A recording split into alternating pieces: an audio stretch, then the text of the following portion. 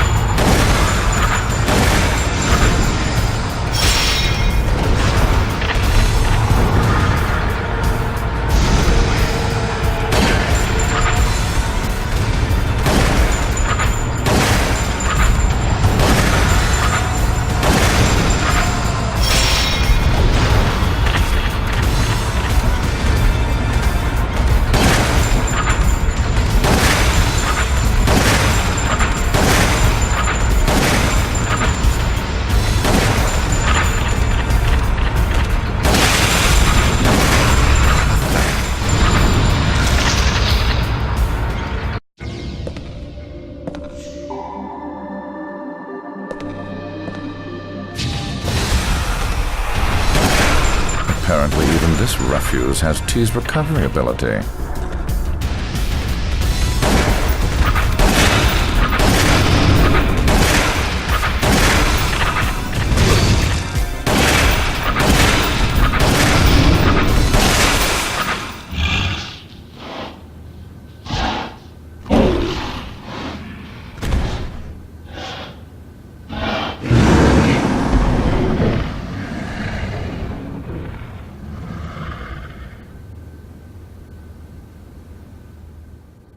Honestly, I'm just getting bored of this shit at this moment. Hello everybody, and welcome to the revisit of the Proto-Tyrant boss fight that I thought we weren't going to have in the Resident Evil 0 section of this game, revisited through an Albert Wesker section, which was Umbrella Chronicles' attempt to actually justify the game they had done made with some additional content, but ended up just being bad gameplay filler that does nothing but waste time. And the first section that we get to see in this game perfectly encapsulates that with the Proto-Tyrant boss fight.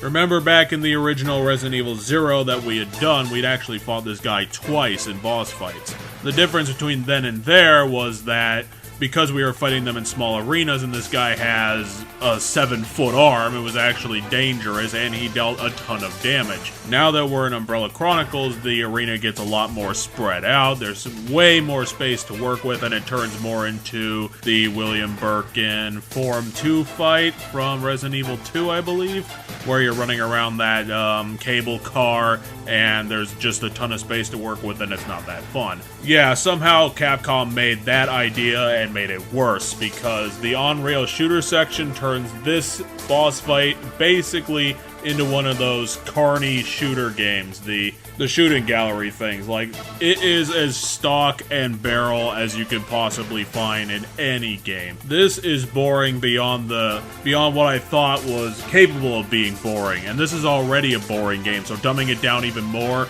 just hurts my brain in the fact that Capcom thought that these little sections were somehow going to hold up, support, and justify Umbrella Chronicles' right to exist. It is literally just a bunch of shooting galleries, because all the Proto-Tyrant does is just run in straight lines. He's really slow, and he barely gets to attack. And the only reason he gets to attack is it's impossible to stun him. Even if you pour all your ammo into his face or his exposed heart, it doesn't matter, because he'll eventually just come up and get you unless you damage him enough that it moves on. And then, when you get into the quote-unquote second form, it's done in 30 seconds because it's the same damn idea. And I don't know why the hell they didn't keep the boss fight health bar open for the entire two-phase thing they had done. They They only introduced the boss fight health bar in the second half, which is the most flimsy, useless part of the boss fight. It's not the part where we deal the most damage, it's not the part where we get to see him the most, get to shoot at him the most, and ultimately I don't even know why this is here. Yeah, it's a decent ending to a Wesker level because it's just that little bit of excitement bolted on to something, again, that's incredibly flimsy, transparent, full of nothing, and we just move on with our lives. Like, this is the first half of Albert Wesker just leaving the situation. That's all he's doing in this section. There's no story behind it. There's no backstory. There's no lore to this. All it is Albert Wesker just trying to leave. That's the entire point of this. And the only reason we're fighting the Proto-Tyrant again is because Capcom lost half of the plot oversight of their games so far, and so they forgot that they had left the Proto-Tyrant down in the laboratory. He didn't come back up to the vacant factory. So there is literally no canon reason for this, there is no gameplay justification reason for this, there's no design reason to this. And so I'm just bored out of my goddamn mind. It is as boilerplate as a boss fight can get. It's lazy, it's half-assed, probably even quarter-assed, and there's nothing here to do. There's no uniqueness, there's no danger, there's no satisfaction to it. It's completely wasting your time. So that's all I'm gonna give it for points.